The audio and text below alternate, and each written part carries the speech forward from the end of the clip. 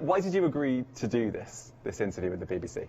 I don't know. I like spontaneity, and I don't know. There's a lot going on, and it seems like I actually do have a lot of respect for the BBC. Although sometimes I forget what the BBC stands for, you know. But what does it stand? Just kidding. You know what it stands for. Yes, I do. So there's a lot going on. So this might be a good opportunity to answer some questions and I guess maybe get some feedback too. What should we be doing different? I know the BBC, for example, is not thrilled about being labelled state-affiliated media. Not exactly. I mean, I was going to get to that later, but let's go for it now. It's officially objected to that term. Do you want to respond to it? Yeah. So our goal is simply to have, to be as truthful and accurate as possible. So I think we're adjusting the label to be publicly funded, which I think is perhaps not too objectionable. We're trying to be accurate. I'm not the BBC, but publicly funded is how the BBC describes it. Okay, so that would be accurate. Itself. If we use the same words that the BBC uses to describe itself, right, that presumably would be okay. I'm not asking you for a yes or no, since you're not running the BBC per se. But it seems to pass a reasonable test. So you're going to change those labels on the BBC Twitter feed and also NPR's as well? Yeah. Right. Publicly funded. Basically, that's we're trying to be as accurate as possible. Okay. Yeah. All right. Fine. First of all, I just want to clear something up. Are you sleeping in the office? Here? I sometimes sleep in the office. Like? In the library. 5 days a week? No. 3 days a week? I'm not here 5 days a week. But there's a library that nobody goes to on the 7th floor, and there's a couch there, and I sleep there sometimes. Okay. In terms of the general overview, the reason why I think you've agreed to do this is because you wanted to talk about the first 6 months as chief executive owner of Twitter. Yeah, it's kind of like whatever you want to talk about, you know. Right. So, how do you think it's gone? Well, it's not been boring. It's been quite a roller coaster. Things are going, I think, reasonably well. I mean, we've seen some all-time highs in terms of total user time.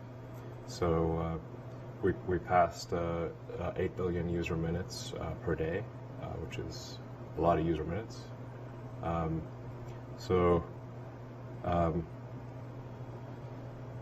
usage is up. Growth is good. The site works mostly. We have a few glitches here and there, but the site is working fairly well.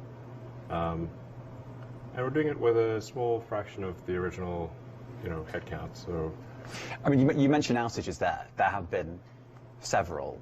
Yeah. And we've actually spoken to an engineer who works at Twitter, and they said that the plumbing is broken here and it's on fire, and there could be problems at any minute. Do you accept that? I mean, there have been a few outages, but not for very long, and it's currently working fine. So you don't. It doesn't keep you up at night that Twitter might go offline again. At this point, I think we've got a pretty good handle on what makes Twitter work. And we're also doing it with 2 data centers instead of 3. So we used to have 3 data centers.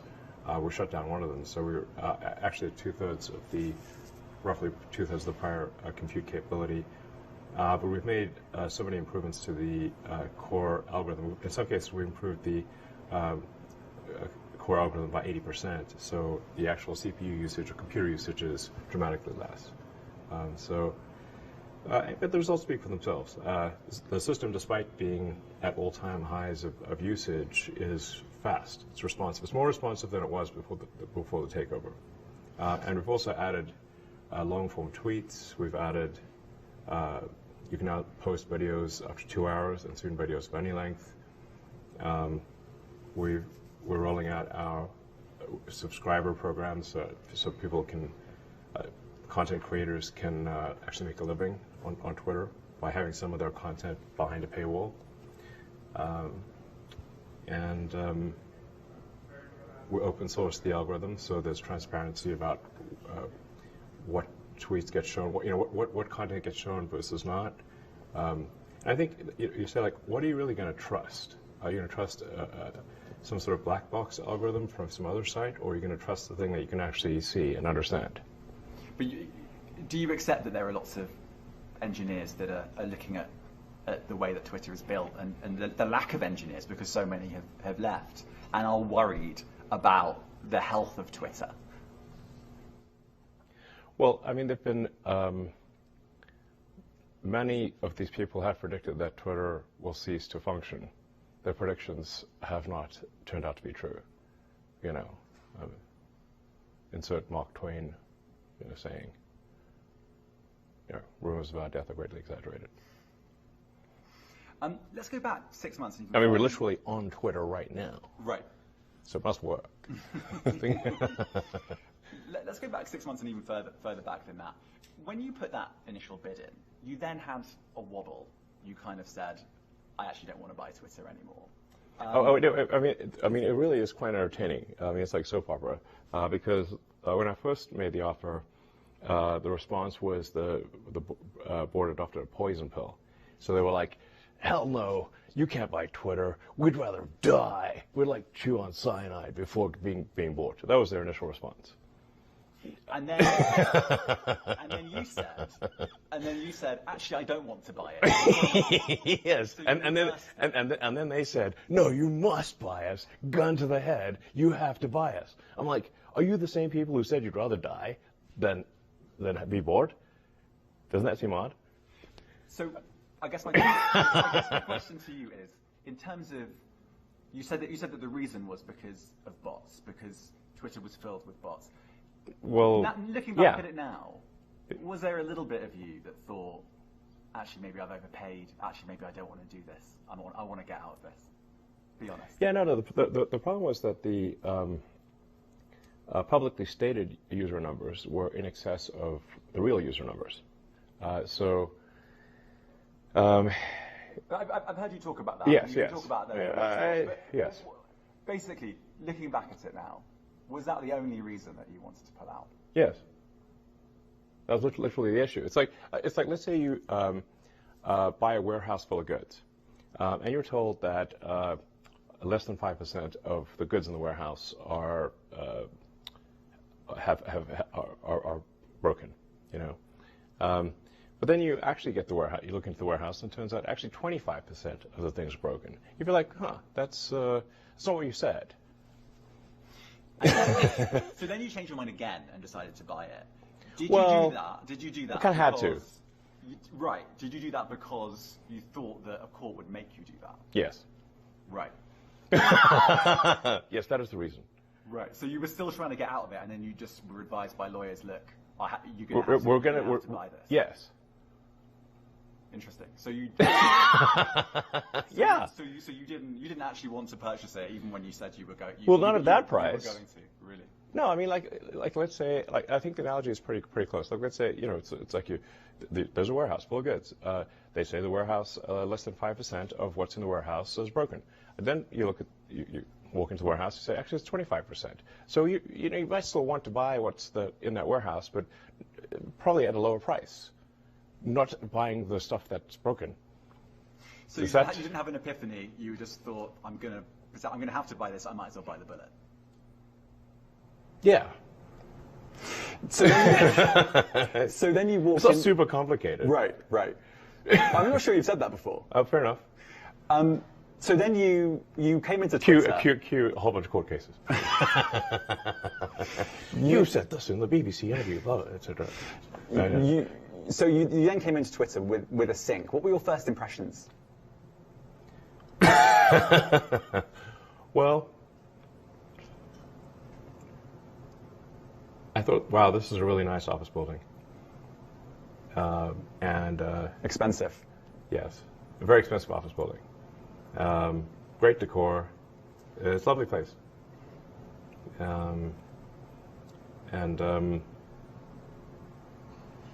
I mean, and definitely is spending money like it's going out of fashion, which it isn't quite going out of fashion yet. So, no, I mean, the gravity of the situation is perhaps not well understood. At the point at which the company, the transaction closed, Twitter was tracking to lose over $3 billion a year. And had $1 billion in the bank. So that's 4 months to death. So this is your starting position. How would you feel? Pretty intense, you know. We also had to borrow quite a lot of money and pay interest on that too. Well, that's part of why it was the $3 billion run rate. So, in rough numbers, a normal year Twitter would do, let's say, $4.5 billion in revenue, $4.5 billion in cost. I mean, it was really kind of like a non-profit. They'd run it at roughly break even. Now, but that's not bankruptcy. You're not saving that company from bankruptcy. No, it's breaking even. But then the issue is that if you then add $1.5 billion in debt servicing and have a massive drop in revenue, which we did, which was partly cyclic and partly political concerns and whatever. So revenue, call it dropped by over a third. It's not, and this is not just Twitter. Facebook and Google have also seen some significant advertising revenue declines. It's been a little higher at Twitter, but most of the advertisers are coming back. So I think we'll be back where there's a cyclic demand drop, which is still pretty significant. But in rough numbers, revenue dropped from $4.5 billion to $3 billion, and expenses went from $4.5 billion to $6 billion, creating a $3 billion negative cash flow situation, and Twitter having $1 billion in the bank. That's 4 months to live. So unless drastic action was taken immediately, this company's going to die and be owned by banks. Let's talk about that drastic action, because almost immediately you sacked a lot of Twitter workers. And I spoke to them. It was very easy to speak to them when it happened. And the way they said, pretty much everyone said, is that it felt quite haphazard. It was. And it felt a little bit uncaring. I wouldn't say uncaring. The issue is like the company's either going to go bankrupt, or if we do not cut costs immediately, this is not a caring, uncaring situation. It's like if the whole ship sinks, then nobody's got a job. Right. Yeah. But a lot of people just lost their jobs like that. And they weren't. They didn't even know they'd lost their jobs often. They just were just so let me out ask of you, their accounts. what would you do? Well, you might want to give someone some notice. I mean, you might. By the way, I'm not running Twitter, but I know. But this is the criticism, and this is what staff members say. A little bit of notice. No, I understand. You have 4 months to live. 120 days. In 120 days, you're dead. So what do you want to do? How much are you worth? I don't know. But I mean, we're talking about around the $200 billion mark. I mean, it's not quite. You're framing it in a way that it had a few months to live. You're quite a rich man. I sold a lot of Tesla stock to close this deal. I did not want to sell the Tesla stock. Okay. Do you have any regrets on the way that some of the staff were let go? I mean, people were given 3 months of severance, some cases more. So, but like I said, the companies need to run on their own cognizance, and it's not so easy for me to sell stock as people might think. I have to sell stock during certain periods. I can't sell stock during other periods. So there are only brief windows where I can sell Tesla stock. And then this is often taken as some lack of faith in Tesla. And in fact, the Tesla stock sales caused the Tesla stock to plummet, which is not good. Do you think those two were connected? Well, the people couldn't parse the difference between I'm selling Tesla stock because I've lost faith in Tesla, which I haven't, or that it's desperately needed for Twitter.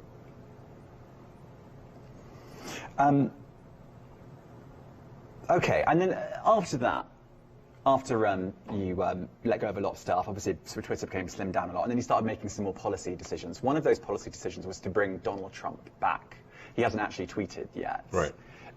Do you expect him to come back at any point? Like, have you spoken to him? I haven't spoken to him. I don't know. He may or may not come back. But the point is that Twitter should be a town square that is gives equal voice to the whole country and ideally the whole world. It should not be a partisan politics, and the more of a partisan politics that are on the very far left of the spectrum. San Francisco, Berkeley politics normally is quite niche, but if Twitter effectively acted as a megaphone for very niche regional politics and megaphone that to the world. So, in order for something to serve as a digital town square, it must serve all people from all political persuasions, provided it's legal. Close to half the country voted for Trump. I wasn't one of them. I voted for Biden. But nonetheless, free speech is meaningless unless you allow people you don't like to say things you don't like. Otherwise, it's irrelevant. And if at the point at which you lose free speech, it doesn't come back. I think the issue some people have is that a lot of people were brought back. I mean, some people were brought back who were previously banned for spreading things like QAnon conspiracies. You have people like Andrew Tate who were brought back, who were previously banned for things like hate speech. Do you think you prioritize freedom of speech over misinformation and hate speech? Well, who's to say that something is misinformation? Who's the arbiter of that? Is it the BBC? You're literally asking me? Yes. Well, no, you are the arbiter on Twitter, because you own Twitter. Yes, I'm saying who is to say that one person's misinformation is another person's information? At the point at which you say that there is this is misinformation, like who is going to decide that? But you accept that misinformation can be dangerous, that it can cause real-world harms, that it can potentially cause... Yes, and the point I'm trying to make is that the BBC itself has, at times, published things that are false. Do you agree that that has occurred? I'm quite sure the BBC have said things before that turn out to not be true. Correct. In its, whatever it is, 100-year history, I'm quite sure. Yes. Even if you aspire to be accurate, there are times when you will not be. Right, but I think in the grand scheme of things, the BBC does aspire to be accurate. But you accept there has to be a line in terms of hate speech. I mean, you're not looking at total 100% unrestricted speech. Well, I mean, I generally am of the opinion that if the people of a given country are against a certain type of speech, they should talk to their elected representatives and pass a law to prevent it. So, for example, you cannot advocate murdering someone. That's illegal in the United States, everywhere, really, I suspect. So there are limits to speech. I mean, I guess taking your argument to a logical conclusion then, do you accept that there's more misinformation on the platform if it's not being policed in the same way? I actually think there's less these days because we've eliminated so many of the bots which were pushing scams and spam. And previous management turned a blind eye to the bots because their bonuses were tied to user growth. And if your compensation is tied to user growth, well, you're not going to look too closely at some of the users. That's part of the problem. So I think we've got less misinformation because we don't have the bot problem that we used to do. And we also have given a lot of attention to community notes, which corrects, with community itself, corrects misinformation. It's been very effective. I mean, I would only just add that, we have spoken to people who have been sacked that used to be in content moderation, and we've spoken to people very recently who were involved in moderation, and they just say there's not enough people to police this stuff, particularly around hate speech in the company. Is that what hate speech are you address? talking about? I mean, you use Twitter, right? Do you see a rise in hate speech? I mean, but just a personal anecdote. Like, what do you? I don't. Personally, for you, I would see I get more of that kind of content. Yeah, personally, but I'm not going to talk to the rest of for the rest of Twitter. So you see more hate speech personally? I would say I would see more hateful content in that in that. Content you don't like or hateful? What do you mean to describe a hateful thing? Yeah, I mean, you know, just content that will solicit a reaction, something that may include something that is slightly racist or slightly sexist, those kinds of things. So you think if something is slightly sexist, it should be banned? No, is that what you're saying? I'm not saying anything. I'm saying. Well, I'm just curious. I'm trying to understand what you mean by hateful content, and I'm asking for specific examples. And you just said that if something is slightly sexist, that's hateful content. Does that mean that it should be banned? Well, you've asked me whether my feed, whether it's got less or more. I'd say it's got slightly more. That's why I'm asking for examples. Can you name one example? I honestly don't use. Honestly, I don't. You can't name a single example. I'll tell you why. Because I don't actually use that for you feed anymore. Because I just don't particularly like it. But you and said actually, a lot of people are quite similar. I only look at hang on a second. following. You said you've seen more hateful content, but you can't name a single example, not even one. I'm not sure I've used that feed for the last 3 or 4 weeks. And then how did you see that hateful content? Because I've been using Twitter since you've taken it over for the last 6 months. Okay, so then you must have at some point seen for you hateful content. I'm asking for one example. Right. You can't give a single one. And I'm saying then I say so that you don't know what you're talking about. Really? Yes, because you can't give me a single example of hateful content, not even one tweet, and yet you claimed that the hateful content was high. Well, that's false. No, what I claimed. You just lied. What I claimed was. There are many organizations that say that kind of information is on the rise. Now, whether it has on my feed or not, I mean, right, and literally if you look at something one. like the Strategic Dialogue Institute in the UK, they will say that. So look, people will say all sorts of nonsense. I'm literally asking for a single example, and you can't name one. Right, and as I already said, I don't use that feed. But then how would you know that? I don't think this is getting anywhere. You literally said you experienced more hateful content, and then couldn't name a single example. Right, and as I said, that's absurd. I haven't actually looked at that feed. Then how would you know there's hateful content? Because I'm saying that's what I saw a few weeks ago. I can't give you an exact example. Let's move on. We only have a certain amount of time. COVID misinformation. You changed the COVID misinformation Has rules. BBC changed its COVID misinformation? The BBC does not set the rules on Twitter, so I'm asking you. No, I'm talking about the BBC's misinformation about COVID. I'm literally asking you about, you changed the labels, the COVID misinformation labels. There used to be a policy, it then disappeared. Why do that?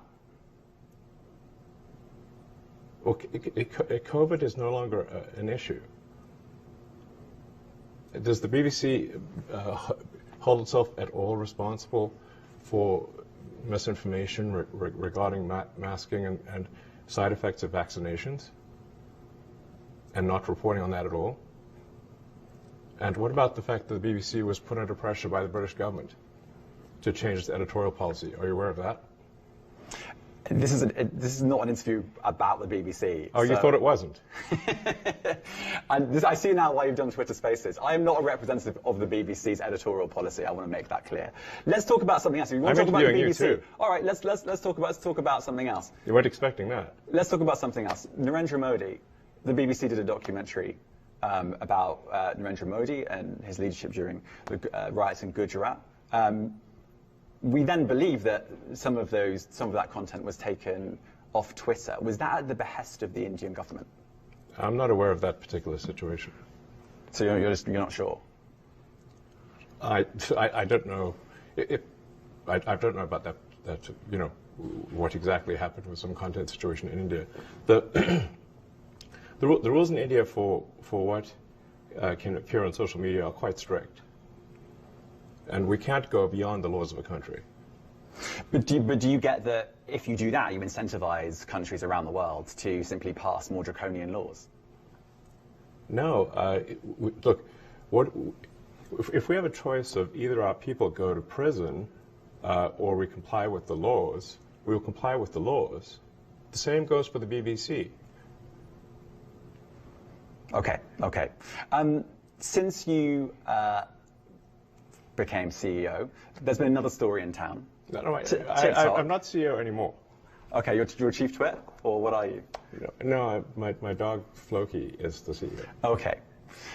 He's taken over. I saw that. Yes. Okay, so TikTok has also been in the news. There's talk of perhaps the Biden administration wanting to potentially ban it or force a sale. What's your view of the situation? I don't really use TikTok. I mean, one of the reasons that I emphasize that that our goal here at Twitter is to maximize unregretted user minutes or unregretted user time is that I hear many people tell me they spent a lot of time on TikTok, but they regret the time spent. And that seems like, okay, well, we don't want to have regretted time. We want the time to be unregretted, where you learned things, you were entertained, amused. I mean, frankly, I get more laughs out of Twitter than anything else, and many people tell me the same thing. So that's a good sign. For TikTok itself, like I said, I just don't know enough about what's going on there. I can't say I have a strong opinion on TikTok. So you'd have an opinion on whether it should be banned or not? You know, I'm generally against banning things. So I would probably not be in favor. I mean, it would help Twitter, I suppose, if TikTok was banned, because then people would spend more time on Twitter and less time on TikTok. But even though that would be even if it would help Twitter, I would be generally against banning of things. Okay. Do you feel sometimes that your many business interests might get in the way of you having opinion? I mean, for example, Tesla has major connections in China. Do you wouldn't have a certain opinion on something or feel uncomfortable about saying something because of your other business interests elsewhere? Do I look uncomfortable? Actually, I do. I look uncomfortable. Yeah, I mean, Tesla's got activities around the world, and so does SpaceX. You know, once in a while, those things do come into conflict. But it's not like Twitter's like, you know, operates in China. It doesn't. It was banned in China. So, and certainly I've received no communication whatsoever from the Chinese government with regard to Twitter. Okay. In terms of advertising, obviously Twitter's not a private company anymore, so we don't really know how it's all going. Have all the advertisers come back? Not all, but most. And you can see it for yourself on Twitter, even in the For You feed.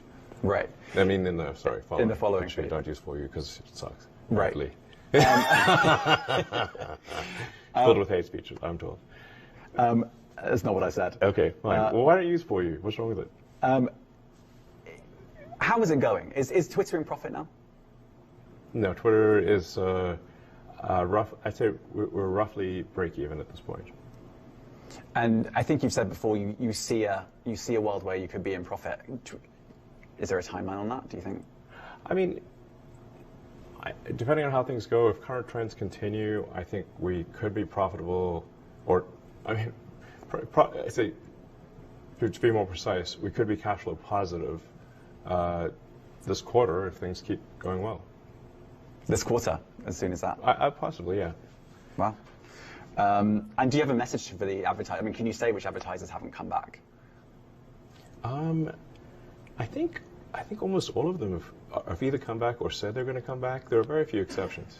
Can you say any of the exceptions? I actually don't know of anyone who said definitively they're not coming back. They're all sort of trending towards coming back. But there are some that just haven't. Jump in, the water's warm, it's great. That's your message to the advertisers who haven't come back? Yeah, I mean, look, you know, if Disney feels comfortable advertising, you know, children's movies, and Apple feels comfortable advertising iPhones, those are good indicators that Twitter is a good place to advertise. I want to talk about if you have any regrets. And you know, I think you were booed at a Dave Chappelle concert. I think your own lawyer said a little. Well, some say a little, some say a bit more. I think your own lawyer said you couldn't get a fair trial in San Francisco because there are lots of people that don't necessarily like you here. Yeah, but I have to say I was wrong. If he was wrong, I guess because I was acquitted by the San Francisco jury unanimously. So, yeah. But I guess. But look, do you have any regrets buying Twitter? I think it was something that needed to be done. I mean, you said earlier quite that difficult. I'd say that the pain level of Twitter has been extremely high. This hasn't been some sort of party, so it's been really quite a stressful situation. For the last several months, not an easy one. But apart from the pain, I mean, so it's been quite painful. But I think at the end of the day, it should have been done. I think were there many mistakes made along the way? Of course, but all's well that ends well, and so I feel like we're headed to a good place. We're roughly break even. I think we're trending towards being cash flow positive very soon, like literally in a matter of months. The advertisers are returning. I think the quality of recommended tweets has improved significantly, and we've taken a lot of feedback from people that have looked at the open source recommendation algorithm, and we've made a lot of improvements even since that was made open source, and we're going to keep doing that. So overall, I think the trend is very good. So, I mean, it was actually something I was going to ask you. You mentioned the pain, but you actually tweeted, I think in February, you said the last 3 months have been extremely tough. I wouldn't wish that pain on anyone. Are you talking emotionally there? I mean, yeah. Can you explain? I wasn't stabbed or anything. Right. Like some people around here, it's just dangerous neck of the woods we're in. It is, or it can be. But can you just talk me through the emotional strain of this? Yeah, I mean, look, I've been under constant attack. I mean, it's not like I, have a stone cold heart or something like that. If you're under constant criticism and attack, and then that gets fed to you nonstop, including through Twitter, it's rough. Now, at the end of the day, I kind of think that if you do lose your feedback loop, that's actually not good. So I think it is actually important to get negative feedback. I don't turn replies off, and I actually I removed my entire block list, so I don't block anyone either. So somebody can, so I get a lot of negative feedback. But I think it's actually good to get negative feedback. Right. When you talk about the emotional strain, you've gone back to feedback. Is that the thing that's been most difficult to take, the sort of negative feedback? Yeah, I mean, if the media is writing nonstop stories about why you're a horrible person, I mean, it's hurtful. Obviously. I'm interested. I've written down a lot of these questions, but I haven't written this one down. But it's interesting. It feels like you have quite a kind of interesting relationship with the media, because in some ways you're quite skeptical, quite critical, certainly of established media, but also you kind of get hurt by what the media writes, and you seem to. You do get your news still from the BBC, as you've already said. So I literally follow the BBC on Twitter. So do you feel you have a kind of odd relationship with the media? Yes. Go on, explain. No, it is somewhat of a love-hate relationship, although, I mean, it might be tilted a bit more towards the hate. But I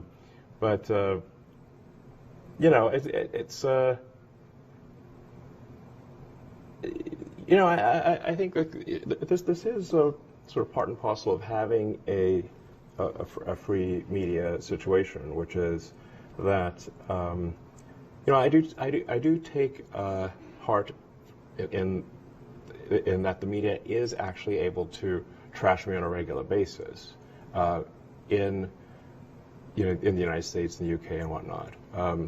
Whereas in a lot of other places, media cannot say mean things to powerful people. Okay. But I think it's better that we have a situation where the media can say mean things to powerful people. If we're talking about the media, let's talk about verification labels.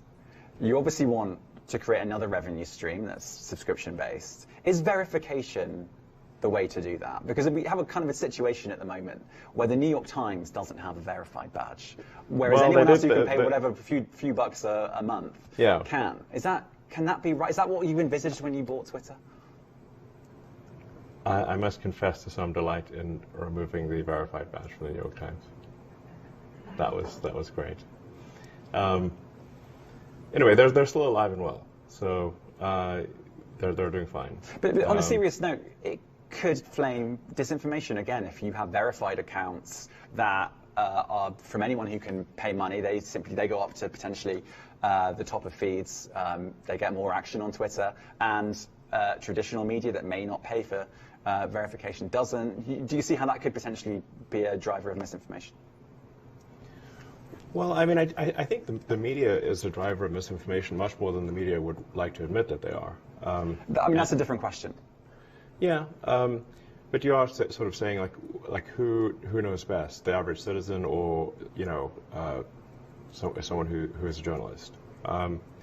And I think in a lot of cases it is the average citizen that knows more than the journalist. In fact, I mean, very often when I see an article about something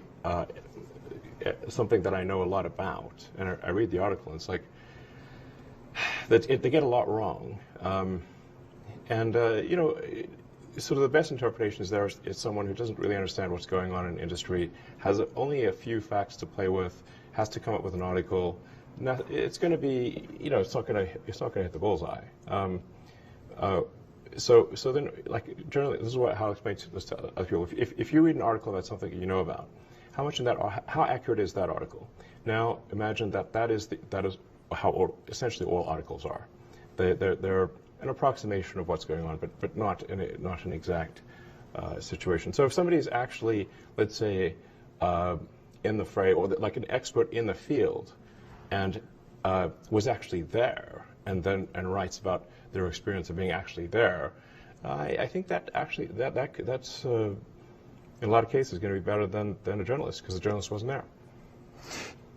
I think you said the legacy verified blue ticks are going to go next week. There have been a few deadlines on this. 420. Yeah, I see the joke. That number will never leave me. Clearly. It cost you a lot of money.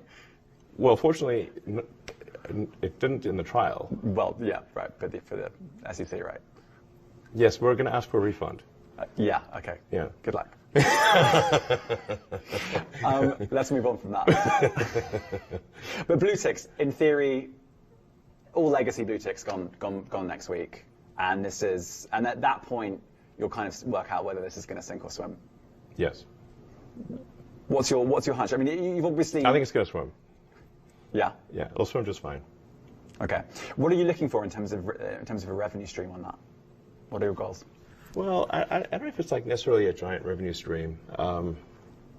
Because even if you have sort of 1 million people that are subscribed for, let's say, $100 a year ish, that's $100 million. And that's a fairly small revenue stream relative to advertising. But what we're really trying to do here with verification is to massively raise the cost of disinformation and bots in general. So my prediction is that any social media company that does not insist on paid verification will simply be overwhelmed by advanced AI bots. I mean, ChatGPT is essentially a zillion instances of ChatGPT. How do you even know? Is that really what you want on the platform? Do you want big news organizations being overwhelmed by bots so that they have to pay you some money? No, the point is that you won't be. If you pay. But a lot of organizations have already said they're not going to pay, like the New York Times. Well, then, that's up to them if they, can make them pay. It's a small amount of money, so I don't know what their problem is. But we're going to treat everyone equally. So what we're not going to do is say that there's some anointed class of journalists who are the special ones who get to tell everyone what they should think. That it should be up to the people what they think. And even if an article is completely accurate and comprehensive and everything, there's still in writing that article, the media is choosing the narrative. They're deciding what to write an article about. So I'm hopeful that this can be more a case of the public choosing the narrative as opposed to the media choosing the narrative. But the media can choose the narrative, at least a combination of the media and the public choosing the narrative. And the public getting to weigh in on stories if they think they should add something to it or we got something wrong. And over time, I think if Twitter is the best source of truth, it will succeed. And if we are not the best source of truth, we will fail. Someone comes in and offers you $44 billion for Twitter right now. Would you take it? No. Would you consider it? No. Why? Well, I take it back. It depends on who. I suppose if I was confident that they would pursue, they would rigorously pursue the truth, then I guess I would be glad to hand it off to someone else. I don't care about the money really, but I do want to have some source of truth that I can count on, and I hope that's our aspiration with Twitter, is to have a source of truth that you can count on. It's also real time. It's an immediate source of truth that you can count on, and that gets more accurate with time as people comment on a particular thing. Well, if you don't care about the money, you could just give it to someone that you think is a good person to run Twitter. Who do you think that might be?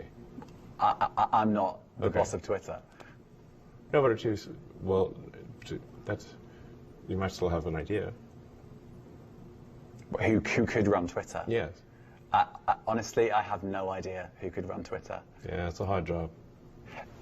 Okay, let's move on to. You said that you were going to stand down as I already have. chief executive, right? Okay. I keep telling you, I'm not the CEO of Twitter. My dog is the CEO of Twitter. Okay. Have you got any? It's a great dog. Other than the dog. It's very alert, and it's hard to get anything by him. Okay, that's good to know. Other than the dog, have you got any successes in mind? He's got a turtleneck. I mean, what more do you need? Okay. All right. We're going down that route. Steve Jobs or Elizabeth Holmes are you making reference to? I guess more Elizabeth Holmes. Okay. I've forgotten the question now. She's got a husky voice. And black turtleneck. Problem solved. What were we talking about there? Who would you want? Have you got a successor in mind? Not yet. Hopefully at some point. Right. So, because you did say you were going to stand down. Well, I did stand down. Okay. All right, let's move on from that then. All right. What about this office? I'm intrigued about this office. You said it was expensive. You don't really need a CEO. Yeah? Yeah. Why can't we be an anarchist syndicalist commune? I think Jack Dorsey kind of recommended doing that, and you kind of ignored it. Yeah, it was kind of that, actually. This office, are you thinking about moving out of San Francisco? Not yet. Not yet? Not yet. No, I mean, this place is nice, and we I kind of like this office building, actually. Yeah. Okay, so you're not, because I know you've talked about there's been high levels of crime here. You actually said at one point. I think we should do something about the crime. Right. People are dying. Right. We should take action. You've also talked about how potentially, I think you might have been joking, but you could turn this into a homeless shelter. So I guess the reason I'm asking is, you've we tried to turn it into a homeless shelter, and the building owner rejected it. You tried to. Yeah, they won't let us. Which bits have you tried to turn into a homeless shelter? We're only using one of the buildings, and so the other building could be a homeless shelter. And you've tried to. Yeah, we would like to do it right now. Really? Yes. And you're being stopped by who? By the building owner. They won't let you? No. In fact, they wouldn't even let us take the W off the sign. So how were you going to do that? They're really quite What was your plan for the shelter? I don't know. We could just let people stay there. It's nice. Right. Okay. I didn't know that. They can bring their stuff, bring the tent and whatever. Right. And it's a roof over their head. Yeah. If the building owner lets us, we'll do it. Yeah? So if the building owner lets you, you would happily do that? Yes. Okay. All right. There we go. What's the most difficult thing you've had to do? What's the hardest thing you've had to do? In my whole life? In the last 6 months. We're talking about the last 6 months as you as Twitter boss here, and Twitter owner. Well, shutting down one of our service centers was quite difficult because it turns out there were. I thought the service centers were redundant, but there were in fact a lot of things that were hard coded to this one service center, and so when we shut it down, we actually it was quite catastrophic. We lost a lot of functionality, which sort of really rushed to put it back. When was that? And that was around late December, early January. So that was the biggest sort of, I'm worried here. Biggest crisis, yeah. Yeah. And what about hard in terms of emotional? I mean, is letting go? I mean, what were the levels of staff, and what are they now? I think we're around 1,500 people at this point, and there was, I think, 7,800. What was that? Sorry? I think it was around just under 8,000, and 8, we're about 1,500 right now. Okay. And has it been hard letting that many people go? Yeah. Not fun at all. It's painful. I mean, I guess in what way do you feel like you need to speak to people when they leave, or? I mean, it's not physically possible to speak to that many people. Has that? I mean, you talked about that being the most technical bit. Has that been sort of the hardest thing emotionally, or is it? It's one of the hardest things, certainly. Yeah. Yeah. The Nancy Pelosi tweet. Leave it alone. Jesus. But there have been. That is an example of a few. There have been others. Do you feel like you're an impulsive person? I mean, have I shot myself in the foot with tweets multiple times? Yes. Do you feel like I need bulletproof shoes at this point? You've definitely done that. The issue is that you're now a Twitter owner. Do you feel like you should look at your tweets more? You have a higher responsibility when you tweet something out for it to be accurate? I think I should not tweet after 3 a.m. That's the rule. Yeah, well, maybe 2 a.m. That's the new rule. Yeah, something like that. Okay, so there's a blanket ban. I shouldn't. What are your Twitter rules? I mean, I've heard some people say never tweet when you've been drinking, or never tweet when angry. What are your Twitter rules? Well, I think those are two good rules. Yeah, don't tweet if you're wasted, or really upset about something. Yeah, probably.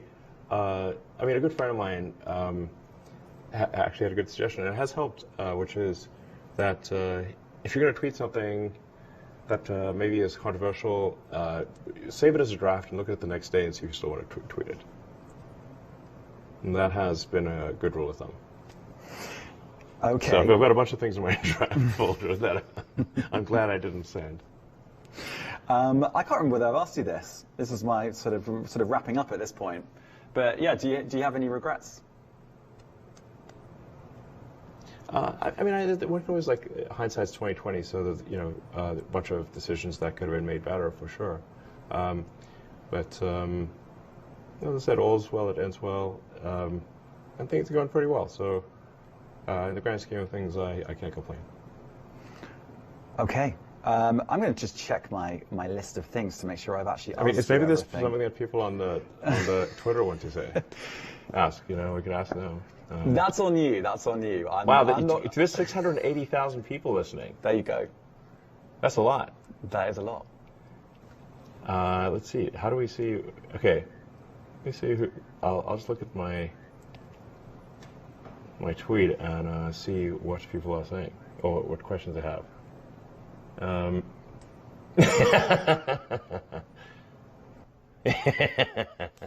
Do you like the BBC? Do you like BBC? Okay, yeah, we're not going to. Oh, I can't interview you. Obviously, I work for the BBC. But do you like BBC? I know. I see what you're doing. I'm not going to respond to that. Okay, I think we can finish the interview there. If you want to continue, thank you very much. Well, Elon, for come doing on. this. I really appreciate it. Sure, you like BBC. Come on. I'm not engaging. All right. Elon, it honestly has been a pleasure talking to you. It really has. And if you want to carry on answering questions on this, then go for it. But I'm not going to. Okay. Well, I'm just trying to see if there's like any good. There's a lot of comments here. I can imagine.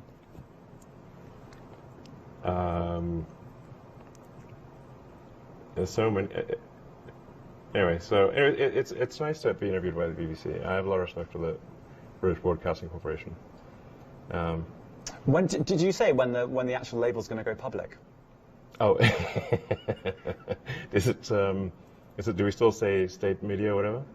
Oh, it says government-funded media currently, as opposed to publicly funded media. Well, I guess probably we can make that change tomorrow if you like. It's up to you. I'm a journalist. It's up to you. But we'll expect that tomorrow. I mean, do you have any requests on a personal level, or you can't speak on a personal level? No, I don't. Okay. Yeah. I think we've established that. Go on, what questions are people asking you? Go on. I mean, there's like a lot of comments. Let's see. I was literally reading looking at replies to the fact that the spaces. Are there any good questions that I've missed out in the last 6 months? I'm sure there are many. I mean, people generally seem to like this interview, as far as I can tell. Very few negative comments are generally positive. Is that that's probably bad for me. I'm scrolling as fast as I can to sort of see. I guess there's some complaints about Twitter Spaces needing some improvement. Let's fix Twitter Spaces is one of the comments. People like the fact that my dog Floki is the CEO. And I'm really just scrolling as fast as I can here. I guess my reflection on this interview. I'd just like to say I like BBC. Okay. I do find it funny. I think, I mean, honestly, listening to the interview, the answer about misinformation and saying, oh, we don't police misinformation in the same way, but because we try and get bots, because we try and take down bots, we'll be effective at bots. There's actually less misinformation on the platform. I think that's a big factor. I'd like to ask you one more question on that, because that is quite a lot of people I think will be listening to this and thinking, really, you're arguing you can police content moderation far less and end up with less misinformation. First of all, we do have people working on content moderation. It's not like we don't. I've spoken to lots of people who've been fired. So lots of people have been let go. I mean, you've gone from 8,000 to 50,000. The censorship bureau was let go. I don't think the sort of putting a thumb on the political scales on the far left has been let go, because that's not right. That's not what you want for a public square. You've got to have equal treatment for people from across the political spectrum. So, some of them are going to be upset about that. But like I said, my experience is that there's less misinformation these days, not more, and that the community notes feature is extremely powerful for addressing so-called misinformation. I mean, you've had community notes placed on your own tweets. Yes. One of them involving an alleged diamond mine. Diamond mine? A mine that. What diamond mine? A mine that your father part-owned. Yeah, my father never owned a. So you're thinking of an emerald mine? Emerald mine. Yeah, I'd like to see a picture of this alleged emerald mine. Because you've been community noted on that tweet. Yeah. Did you know that? No, but he never owned a emerald mine. This is total bullshit. Not even a 50% stake. No. Because in community notes. But first of all, okay. Do you think something like an emerald mine would have like some sort of property register? There'd be like a picture of it. It's not like you can say, "Oh, that's my mine." These things are hotly debated. If you've got something valuable, you have to have some property record, like a house. but much more important than a house. And yet there is no property record whatsoever. There is no picture of this mine whatsoever. It doesn't exist. It's fake. So it's a really good example then, because there is a community note on that tweet that says, you said this thing on the X day, blah, blah, blah. So in that instance, the community notes didn't work. So you're saying that that's a way of solving misinformation, but you're literally saying one of those community notes is wrong. The community note may be referring to a thing where I went on a trip with my father to Zambia, but I never saw any mine or anything. So there's no mine. I'm not right, but at this point I'm just saying the community note says it is. So you're saying it's this bit great panacea, but yeah, it's literally on your own tweet, the community notes, according to you, are wrong. If they're referencing an article, then the article may not be wrong, but they're still representing. Anyway, the community notes is not going to be perfect, but it's the batting average of community notes I found to be extremely high. Right. So community notes plus getting rid of millions and millions of bots every day, I guess. That's what we're talking about. Yeah. That's what you think is tackling misinformation over content moderation. And I think that's the bit that a lot of people will go, really? Really, yes, really. Look, the acid test is people use the system and find it to be a good source of truth, or they don't. And no system is going to be perfect in its pursuit of the truth. But I think we can be the best, the least inaccurate. That's our goal, the least inaccurate. And I think I think we might be there already. If we're not there, we'll be there soon. Do you have? I've spoken to people who think this. Do you have a kind of message for people who think that Twitter has been ruined? Well, we have all-time high usage, so I don't think it has been. Some people think it has been. I'll tell you that. Yes, well, they're probably the same people who predicted that Twitter would cease to exist, and their predictions have turned out to be false. Okay. I'm not going to ask you whether you think it's been ruined, because obviously you're not going to No, I think it's great. Yes. It's way better. Better by a lot.